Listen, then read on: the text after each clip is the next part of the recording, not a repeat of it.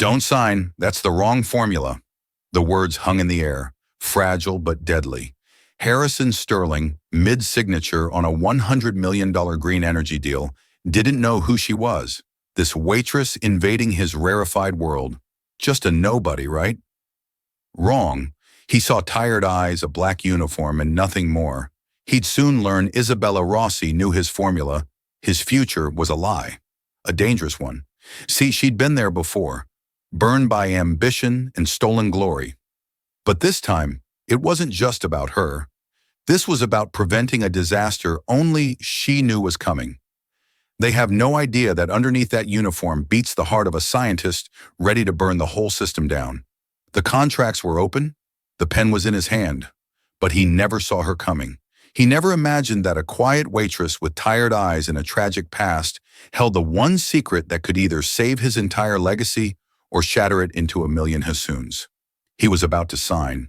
Then she leaned in, and with a whisper that cut through the silence, she said 4 words that stopped his world cold. That's the wrong formula. The air in Aurelia was thick with the scent of money. Not the crisp, vulgar smell of new bills, but the ancient ingrained aroma of generational wealth, a subtle perfume of truffle oil, vintage leather, and effortless power. Isabella Rossi breathed it in every night. For 8 hours, she'd glide between tables draped in starched white linen, a ghost in a black uniform, her own identity dissolving into the polished mahogany and crystal glassware. Tonight, table 12 was the center of the restaurant's universe. It was an unofficial throne nestled in a secluded alcove with a panoramic view of the glittering Manhattan skyline. And seated at its head was the King Harrison Sterling. Bella knew the name, of course. Everyone did. Sterling, the boy genius from MIT who founded Sterling Dynamics and was now at 38 a titan of the tech industry. His face, usually seen on the cover of Forbes or Wired, was even more intense in person. Sharp jaw eyes the color of a stormy sea, and an aura of restless energy that seemed barely contained by his bespoke Tom Ford suit. He wasn't just in the room, he owned the space it occupied. With him were 2 men in similarly expensive suits, investors Bella guessed by their cautious expressions and differential posture. These were Mr. Davenport, a silver-haired patriarch of an old banking family, and Kenji Tanaka from a Tokyo-based venture capital fund. But Bella's attention was drawn to the 4th man, Dr. Robert Kendrick Sterling's head of R&D. He was pining, his chest puffed out, basking in the glow of his boss's success. Bella had served them their appetizers, a delicate seared scallop dish, and was now refilling their water glasses, her movements practiced and invisible. It was a skill she had perfected to be present, but unseen to hear everything and register nothing. The efficiency is unprecedented. Harrison Kendrick was saying, his voice a little too loud. The Sterling-Kendrick catalyst, and I do appreciate the joint credit, truly will reduce the energy cost of electrolysis by 60%. This isn't incremental. This is a paradigm shift. Green hydrogen becomes cheaper than natural gas. Harrison Sterling nodded a curt, impatient gesture. He tapped a sleek black tablet on the table. Show them the core equation, Robert, the part that matters. Kendrick, beaming, picked up a pen and smoothly uncapped it.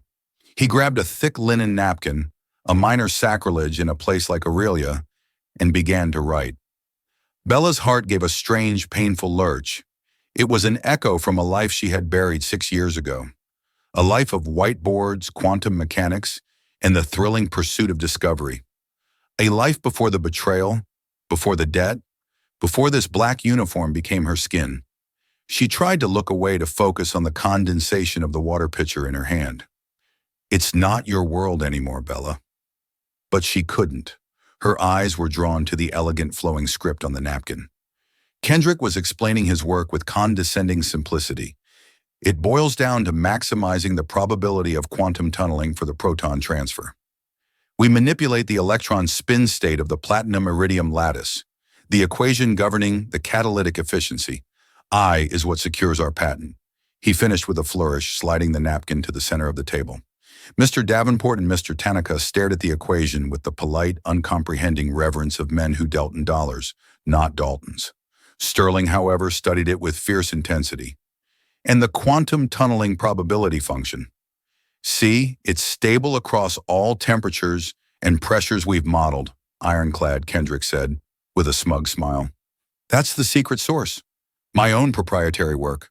Bella froze. Her hand holding the heavy picture trembled almost imperceptibly. Her gaze was fixed on the last term of the equation, pus s. She could see the full notation in her mind, the complex interdigile she had spent 2 years of her PhD program deriving. The world around her fell away. The clinking of cutlery, the murmur of conversation, the city lights outside the window. It all vanished. She was back in a dusty university lab smelling of ozone and old coffee. She was standing in front of a whiteboard, her hand covered in marker dust, arguing passionately with her advisor, Professor Albright. She remembered the exhilarating moment of breakthrough, the elegant simplicity of the final proof, her secret source. And it was wrong. Not just slightly off, catastrophically wrong. She had discovered the error herself a week before she was set to defend her thesis. A subtle yet fatal miscalculation in the electron density variable SAUR. When corrected, it didn't just reduce the efficiency. Under high-pressure conditions, the whole reaction became unstable. It created a volatile, explosive byproduct. She had told Albright. He had dismissed her concerns, called it pre-defense jitters. 2 weeks later, he published her original flawed research under his own name, and Kendrick's, his former postdoc student. Her name was nowhere. The academic board sided with the tenure professor. Broken and buried in legal threats, she couldn't afford to fight. She dropped out, disappearing into the anonymity of the service industry. Now, 6 years later, her ghost had come back to haunt her on a rich man's napkin, and they were about to build a $100 million time bomb on top of it. Bella's breath caught in her throat. The investors were nodding. Harrison Sterling was reaching for the portfolio of contracts Mr. Davenport had slid across the table. A M-Lank pen appeared in his hand. The deal was seconds from being done. She could say nothing.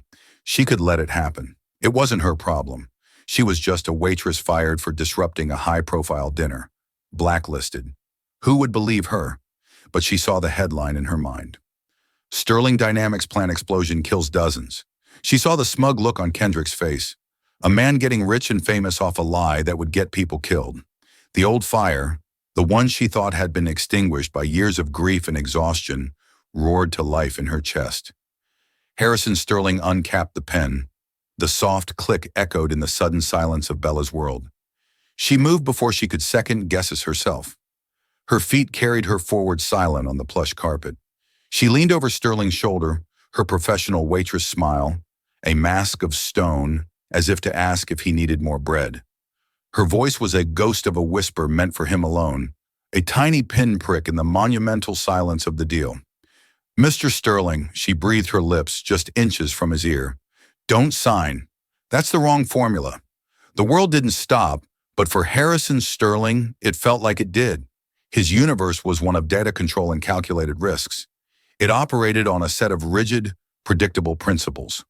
A waitress, an anonymous cog in the service machine of a restaurant he'd probably never visit again, did not whisper cryptographic warnings about quantum chemistry in his ear.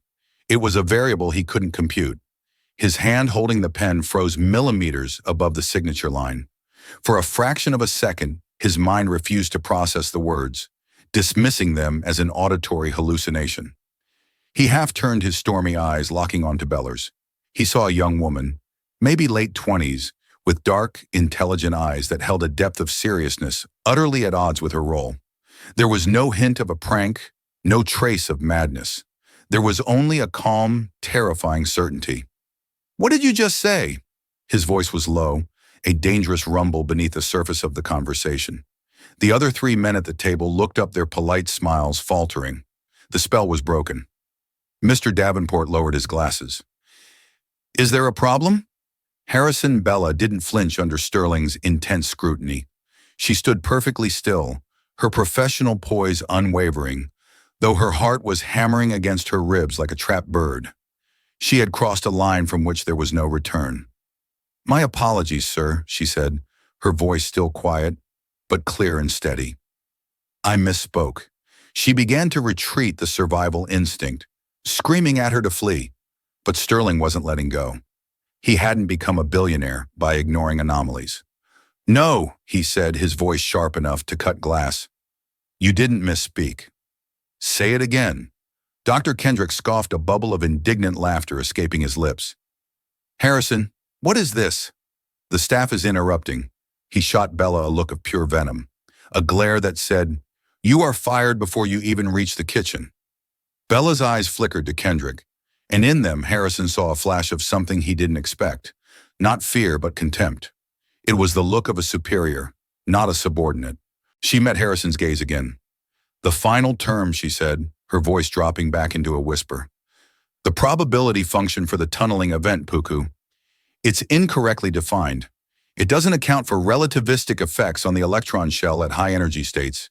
It assumes a static electron density. It's not static." The room went completely silent.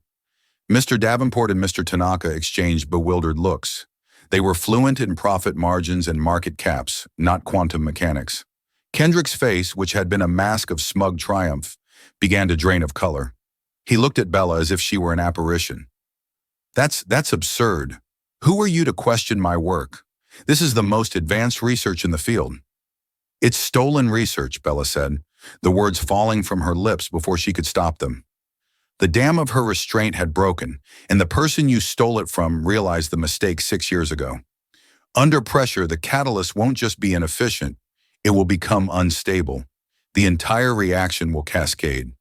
You're not building a green energy solution, Dr. Kendrick. You're building a bomb. Every word was a perfectly aimed dart, and they all hit their mark. Harrison Sterling's eyes narrowed, shifting from Bella's resolute face to Kendrick's suddenly panicked one. Kendrick was sweating. A single bead rolled down his temple. He opened his mouth, but only a strangled noise came out. That single physiological sign of fear was more damning than any confession. Harrison slowly, deliberately capped his Mont Blanc pen. The click was like a gunshot in the silent alcove. He placed it neatly beside the unsigned contract. "Gentlemen," he said to his investors, his voice a chillingly calm sea after a storm, "it appears we need to pause for a moment to verify a technical query. My sincerest apologies for the interruption. Please enjoy a dessert on me, Robert." He snapped his gaze, locking onto his scientist. "Stay here." He stood up, his tall frame commanding absolute authority. He looked at Bella. "You with me now?" He didn't wait for an answer. He turned and strode out of the alcove, expecting her to follow. Bella felt 100 pairs of eyes on her as she placed the water pitcher on a nearby service stand, her hands moving with an automated grace she didn't feel. Her manager, a perpetually stressed man named Francois, was already power-walking towards her, his face a thundercloud. "Rossi, what in God's name do you think you're doing?" he hissed. Before she could answer, Harrison Sterling's voice cut across the dining room. He had stopped at the entrance, turning back. He didn't shout, but his voice carried an unmistakable weight that silenced the entire restaurant.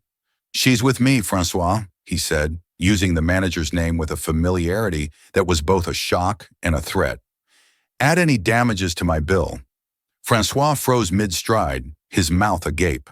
Bella straightened her apron, took a deep breath, and walked away from her table, away from her job, away from the life she had been hiding in. She walked past the gawking diners and the stunned staff, her head held high, and followed the billionaire out into the cool New York night, leaving a $100 million deal and the ruins of her quiet life in her wake. The gilded cage was behind her, but she had no idea what lay ahead. The ride in Harrison Sterling's Maybach was a silent, tension-filled journey through the neon-streaked canyons of Manhattan. The car's interior was a cocoon of silent, opulent leather, a world away from the clatter of the restaurant kitchen. Bella sat opposite him, her hands folded in her lap, the simple black fabric of her uniform seeming out of place against the plush cream upholstery. She could feel his eyes on her, analytical and piercing, as if he were trying to deconstruct her into her base components. He didn't speak until they were ascending in a private high-speed elevator in a sleek glass tower in the financial district. The building was home to the global headquarters of Sterling Dynamics. "What's your name?" he asked, his voice flat. "Isabella Rossi, and you're a waitress." It wasn't a question. It was a statement of fact that he was trying to reconcile with the impossible event that had just occurred for the past 5 years. Yes, And before that, the elevator doors opened into a sprawling minimalist office. It was more like an art gallery than a workspace, with floor-to-ceiling windows offering a godlike view of the city. A single massive desk made of polished obsidian stood in the center. Bella hesitated, the ghosts of her past swirling around her. Before that, I was a doctoral candidate in computational chemistry at Caltech. Harrison stopped and turned to face her fully. A flicker of understanding crossed his features. Caltech. Who was your advisor? Dr. Marcus Albright. The name landed with a quiet thud. Harrison knew him. Albright was a star in the academic world, frequently collaborating with private industry. I've read his work, Harrison said slowly, including his 2019 paper on proton transfer catalysis. The one he co-authored with a postdoc, Robert Ken. Kendrick Bella's silence was her confirmation. The air crackled with unspoken implications. That paper, Harrison continued, his voice dangerously soft, was the theoretical foundation for our entire green hydrogen project. It was based on a flawed premise, Bella said, her voice finally finding its strength. A flaw I found and reported to Albright a week before he published. He stole my thesis, removed my name, and published it with Kendrick.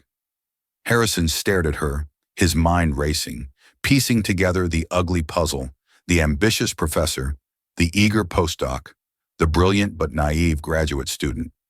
It was a story as old as academia itself. Why didn't you fight it? He asked, his tone less an accusation and more a genuine inquiry, with what Bella's laugh was brittle. I was a 24-year-old student with $50,000 in debt. He was a tenured department head with the full backing of the university. Their lawyers would have buried me. So I did the only thing I could. I disappeared. He led her to a conference room adjacent to his office. With a tap on a glass wall, it frosted over, becoming opaque. He gestured for her to sit at the long empty table. He remained standing, pacing like a catooled panther. Tonight at that table, I was about to commit $100 million from my investors and leverage the future of my company on that formula, he said, thinking aloud. If you are right, you didn't just save me from a bad investment. You saved my entire company from catastrophic failure and public disgrace. If you are wrong, you're a lunatic who just cost me the biggest deal of my life for nothing. He stopped pacing and leaned on the table, his hands flat, his face close to hers. So, Isabella Rossi, former Caltech prodigy, I need to know. How certain are you? 100%, she said without a moment's hesitation. The math doesn't lie. Dr. Kendrick's math is lying. Prove it. It was the ultimate challenge. For the next hour, Harrison Sterling grilled her. He wasn't just a businessman. His own background was in physics and engineering. He threw complex questions at her, citing obscure principles of quantum electrodynamics and material science. He was testing her, pushing her, trying to find a crack in her knowledge. He found none. Bella, freed from the constraints of her waitress persona, came alive. The years of repressed knowledge and passion flooded back. She talked about spin-orbit coupling, about relativistic quantum chemistry, about the limitations of the Born-Oppenheimer approximation in their specific context. She filled a whiteboard with equations, her handwriting swift and confident. The tired waitress was gone, replaced by a razor-sharp scientist. Harrison watched his initial skepticism melting away into a dawning sense of awe, which quickly curdled into a cold, hard fury directed squarely at his head of R&D. As Bella finished deriving the corrected version of the Plough function, Harrison's phone buzzed. It was a text from Mr. Davenport. Harrison, what the hell is going on? Kendrick just left the restaurant looking like he'd seen a ghost. Tanaka is ready to walk. Harrison typed a quick reply. Minor snag. Sit tight. I'll handle it. He looked up at Bella, a new expression on his face. It was one of calculated respect. All right, Ms. Rosie, he said, his tone shifting from interrogator to commander. You've convinced me there's a fire. Now I need you to help me find the arsonist. I'm giving you full access to our R&D servers. Everything. The raw data, the simulation logs, Kendrick's private project files. I want you to find me undeniable proof that he knew. I need the smoking gun. He paused, his gaze unwavering. My company is now in your hands. Can you do it? Bella looked at the complex equations on the whiteboard, her equations finally seeing the light of day. This was a chance not just for vindication, but for justice, a chance to reclaim the future that had been stolen from her. Yes, she said, her voice ringing with a conviction she hadn't felt in 6 long years. I can. The Sterling Dynamics R&D lab was a stark contrast to the opulent executive suite. It was a cathedral of science, a sprawling, sterile white space humming with the quiet power of supercomputers and filled with the blue glow of holographic displays. For Bella, stepping inside was like taking her first breath after years of drowning. The scent of ionized air and clean room solvents was a perfume she had forgotten she loved. Harrison led her to a restricted access terminal in a glass-walled office. This was Kendrick's primary workstation. He explained, his voice tight with controlled anger. You'll have my personal override. Level 1 clearance. Nothing is hidden from you. He tapped his security card and pressed his thumb to a biometric scanner. With a soft chime, the system unlocked. The screen flickered to life, displaying complex molecular models and reams of data. My head of security, a man named Gavin, is a ghost in the system. He'll ensure Kendrick can't wipe anything remotely. But Kendrick is smart. If he's hiding something, it'll be buried deep. Harrison said, I have to go and pleat my investors. I'm buying you time. Use it well. He left her alone. The silence of the lab settled around her, broken only by the whisper of the server fans. For a moment, the sheer scale of the task was paralyzing. She was sifting through a mountain of data equivalent to the entire Library of Congress, looking for a single, deliberately hidden needle. But then the muscle memory of a researcher kicked in. She started not with Kendrick's conclusions, but with the raw, unprocessed sensor data from the experimental catalytic reactor. This was where the truth lived before it could be manipulated or massaged to fit a desired outcome. The hours bled into one another. Bella forgot she was a waitress in a cheap, worn-out uniform. She was a scientist on the hunt. She compiled terabytes of data, her fingers flying across the holographic keyboard, her mind navigating complex data structures with an agility she thought she'd lost. She found the first discrepancy at 3:17 a.m. It was in the logs for a simulation run from 6 months prior. The official report signed by Kendrick showed a perfect stable energy output, but Bella, digging into the machine-level logs, found the original, unaltered data stream. For a NANCON at peak pressure, the simulation had recorded an anomalous energy spike, a massive, uncontrolled release of gamma radiation. It was exactly what her corrected formula predicted. Got you, she whispered to the empty room. The simulation hadn't crashed. A sophisticated sub-on had kicked in, isolating the anomaly and flagging it as a sensor error before continuing the test under modified parameters. The final report was a lie constructed from the falsified data. Someone had programmed the system to ignore reality. Bella dug deeper, looking for the origin of that subroutine. It was a masterful piece of code designed to be almost invisible, but its digital signature was unique. She cross-referenced it across the entire network, and then she found it again and again. Dozens of simulations, all with the same hidden floor, the same automatic data scrub. Kendrick hadn't made a mistake. He had systematically and deliberately concealed the instability of the catalyst for over a year. As dawn approached, casting a pale gray light over the city, Bella found the next piece of the puzzle. It was a folder hidden within the operating system's kernel files, a place no one would ever think to look. The folder was named M.A. Contingency, M.A. Marcus Albright, her former professor. Her blood ran cold. The folder was protected by a layer of powerful AES-256 encryption.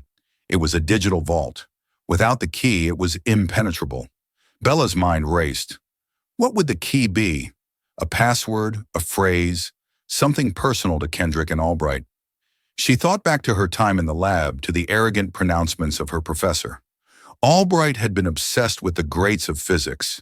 He often quoted one in particular when talking about discovery. Subtle is the Lord, but malicious he is not.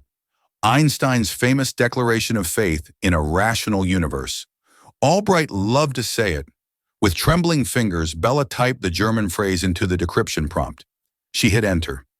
For a heart-topping second, nothing happened. Then the screen flashed. Decryption successful. The folder opened.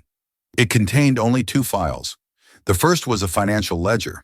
It detailed a series of untraceable cryptocurrency payments from a holding company in the Cayman Islands to an account linked to Dr. Robert Kendrick. The total came to $5 million. The name of the holding company was a simple, chilling anagram: Omnigen, Richard Hayes' company, Sterling's biggest rival. The second file was a short audio recording. Bella clicked on it. The voice that filled the silent office was unmistakable. It was Dr. Kendrick speaking to Richard Hayes. "The deal is set for tomorrow night," Kendrick's voice said, tiny and conspiratorial. "Sterling will sign. The investors will be locked in.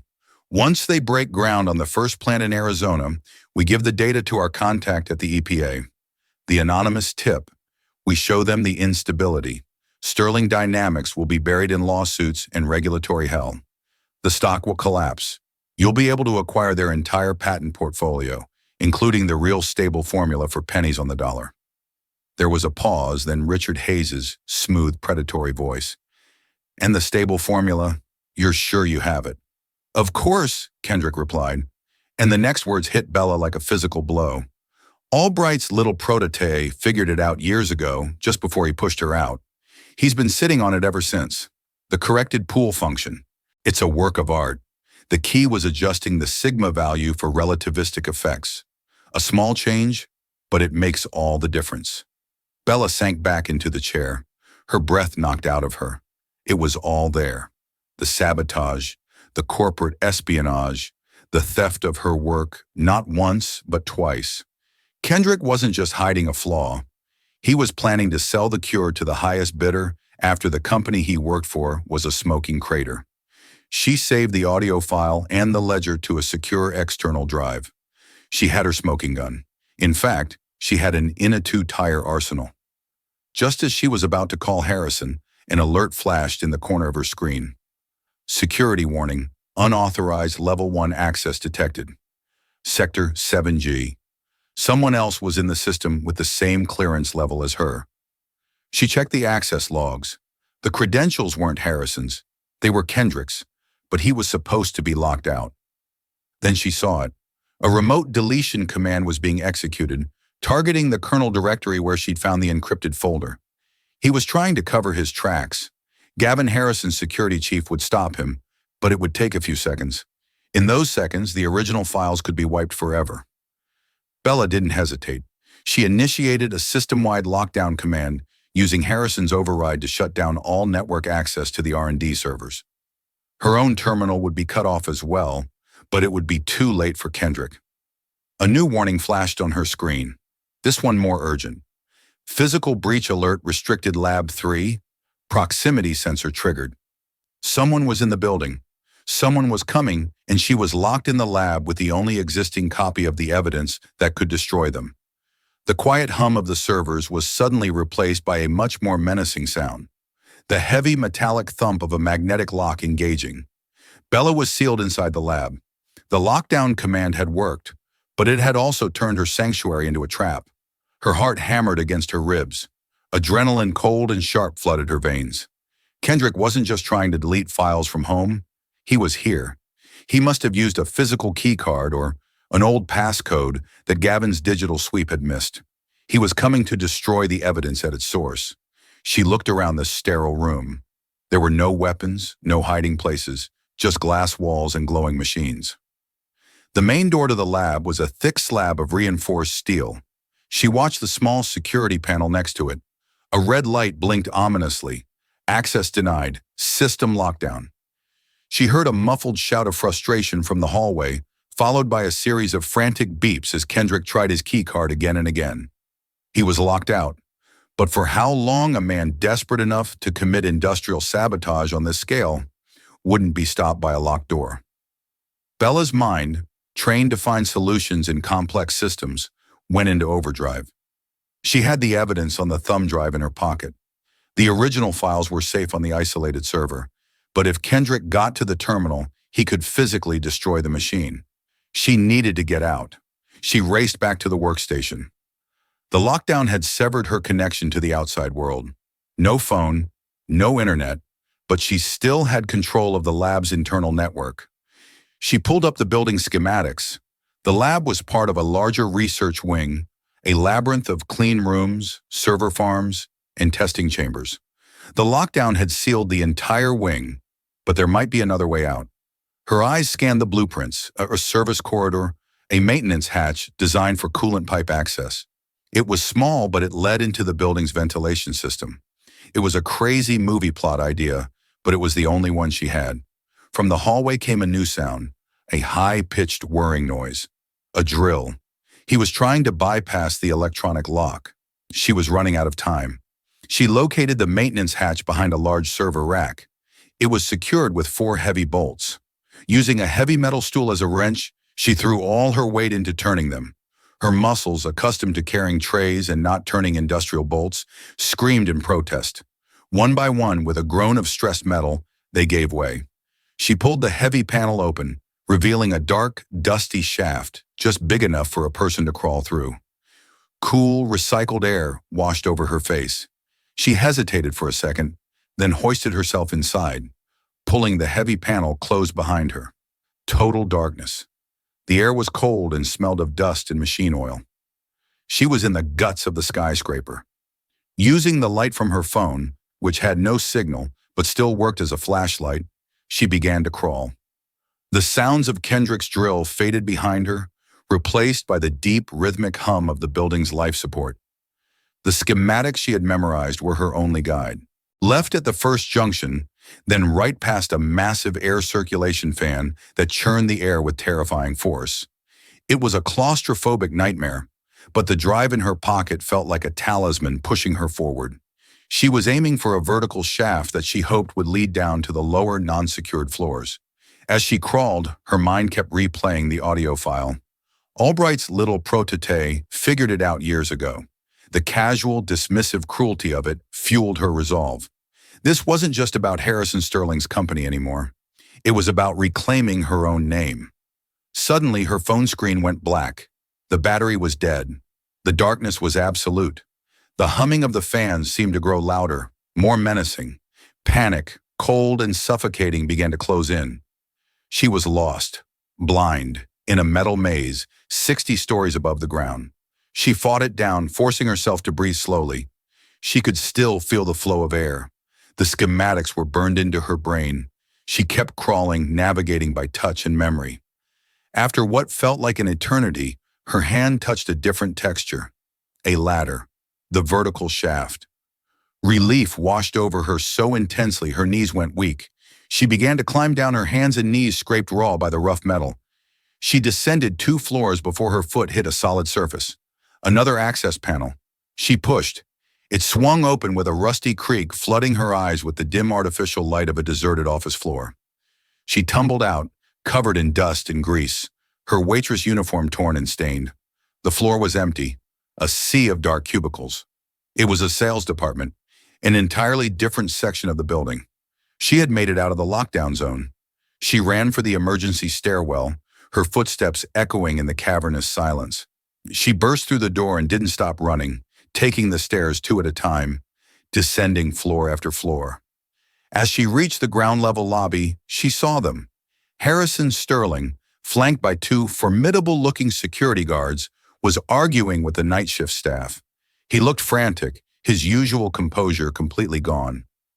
"Miss Rosie Isabella," he shouted, his voice filled with a mixture of raw panic and immense relief as he saw her emerge from the stairwell. She stumbled towards him, exhausted but triumphant, and held up the small black thumb drive. "I have it, Mr. Sterling," she gasped, her voice. "I have everything." Just as he took the drive from her hand, the lobby elevator chimed. The door slid open. Standing inside was Dr. Robert Kendrick. His face was pale, his suit disheveled, and his hands were covered in grease. In one hand, he clutched a portable drill. His eyes widened in shock as he saw Bella standing with Harrison. He looked from her to the drive in Harrison's hand and back to her face. In that single silent moment, he knew he was finished. His desperate gamble had failed.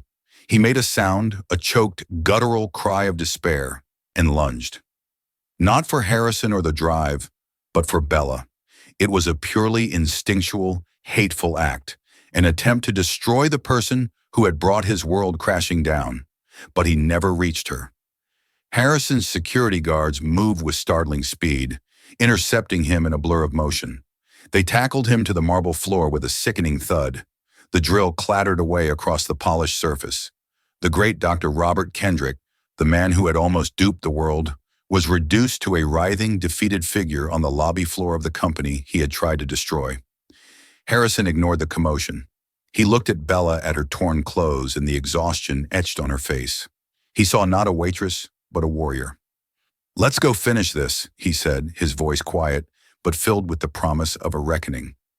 The emergency board meeting was convened in the main conference room on the 60th floor, the very room Bella had been in just hours before. The sun was now fully up, casting long, dramatic shadows across the city. The mood, however, was dark and stormy. Mr. Davenport and Kenji Tanaka sat at the long obsidian table, their faces grim. They had been summoned by Harrison in the pre-dawn hours, with a message that was both cryptic and alarming. They looked exhausted, confused, and deeply skeptical. $100 million deal didn't get paused by a waitress without serious consequences. Bella sat beside Harrison at the head of the table. She had been given a chance to clean up in a private washroom, but she had refused to change out of her torn and grimy waitress uniform. It was a statement. It was who she was when this began, and she would wear it as a badge of honor at the end. The door opened, and two of Harrison's security guards escorted a pale, haggarded-looking Dr. Kendrick into the room. His wrists were in silver handcuffs. They sat him down at the far end of the table opposite Harrison. The silence was heavy enough to bend steel. "Gentlemen," Harrison began, his voice cold and precise, "I apologize for the dramatics of the past few hours. When we last spoke, a serious allegation was made against the integrity of our project. I felt it was my duty to investigate it thoroughly before proceeding." He nodded towards Bella. "This is Isabella Rossi. She is the individual who brought this matter to my attention. She is also, as it turns out, the true architect of the foundational theory our entire project is based upon." Davenport and Tanaka stared at Bella, their expressions a mixture of disbelief and dawning curiosity. "That's preposterous," Kendrick spat from the end of the table, his voice cracking. "She's a nobody, a disgruntled, failed student trying to blackmail her way into a fortune." Harrison ignored him. He slid a tablet to the center of the table. "Robert, you're right about one thing. Ms. Rosie is a brilliant scientist.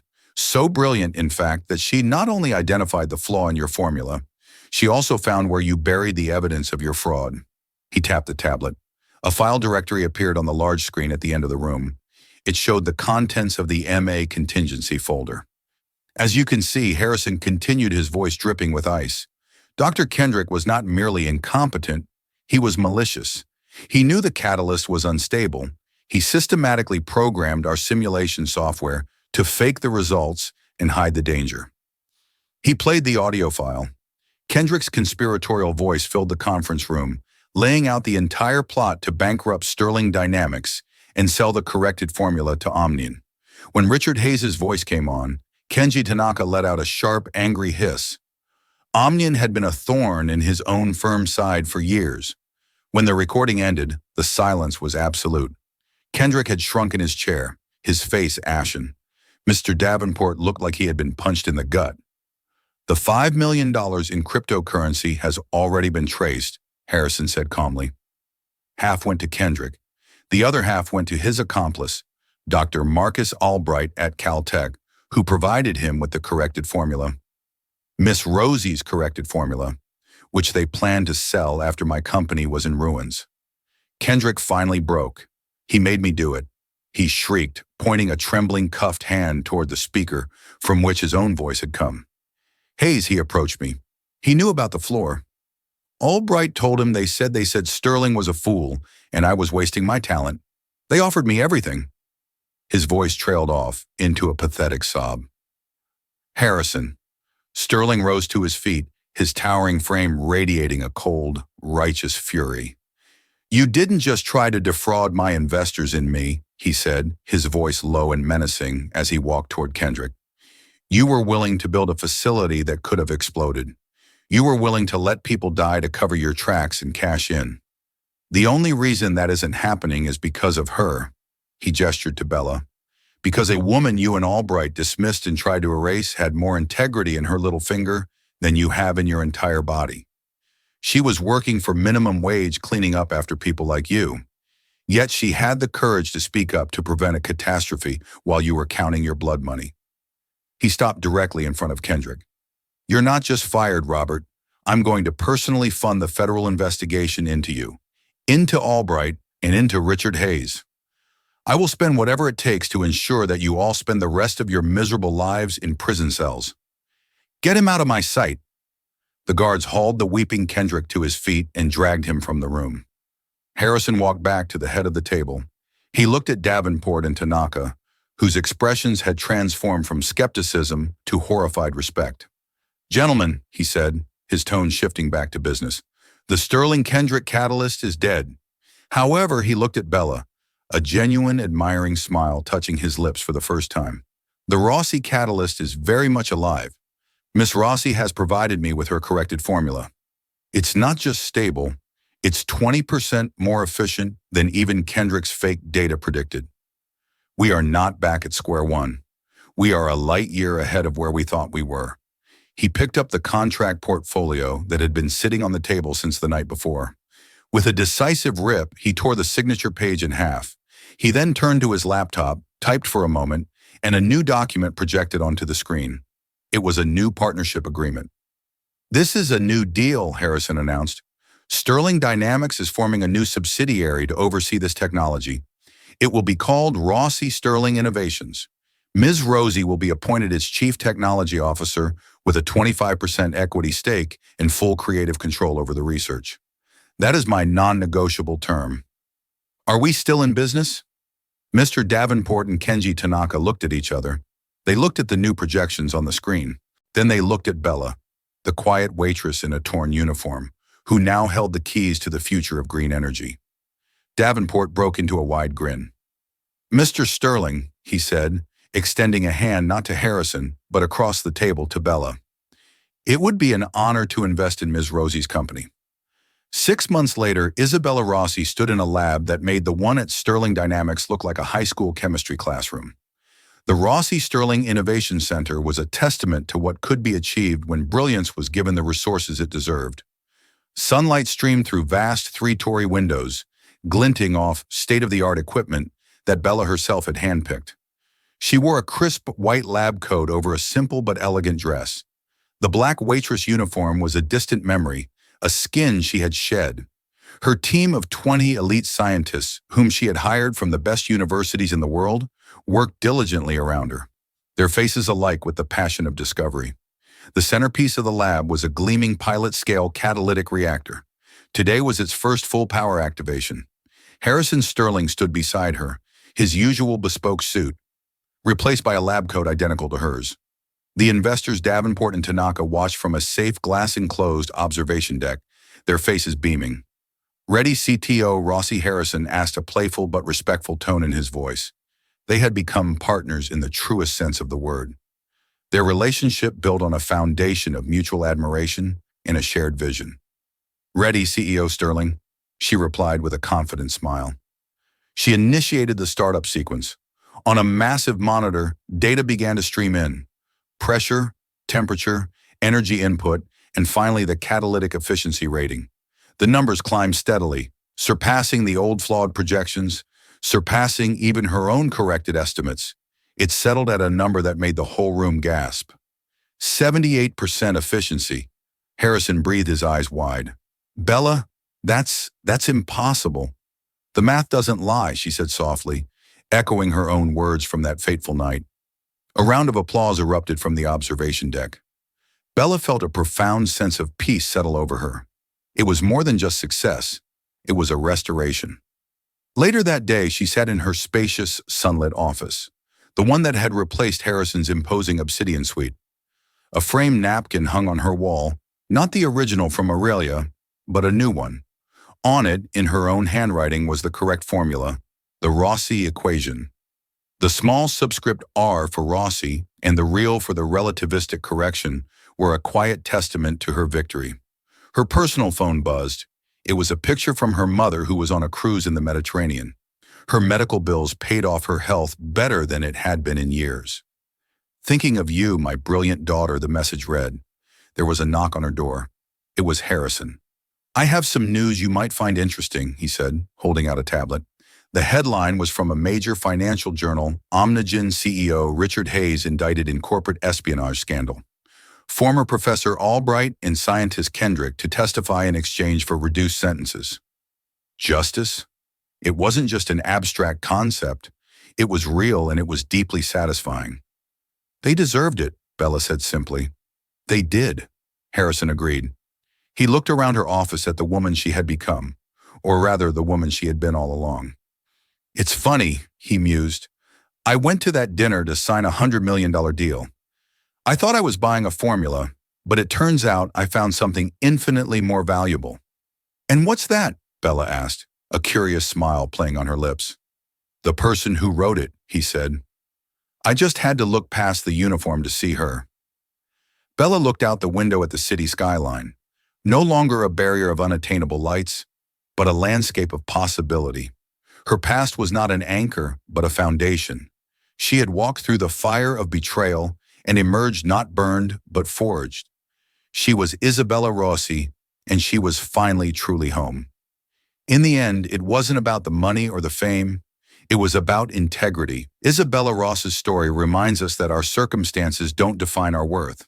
The world may see a waitress, a cashier, a janitor, but inside each of us can be a mind capable of changing the world. It's a powerful lesson in courage, the courage to speak truth to power, even when your voice is shaking. Harrison Sterling thought he had all the answers, but the most important truth came from the one person in the room everyone else had been trained to ignore. What hidden talents and forgotten dreams are lying dormant inside you, just waiting for the right moment to speak up?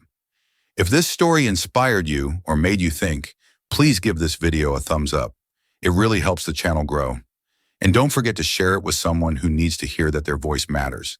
For more stories about the hidden heroes and incredible twists of fate that shape our world, hit that subscribe button and turn on notifications. You won't want to miss what's coming next.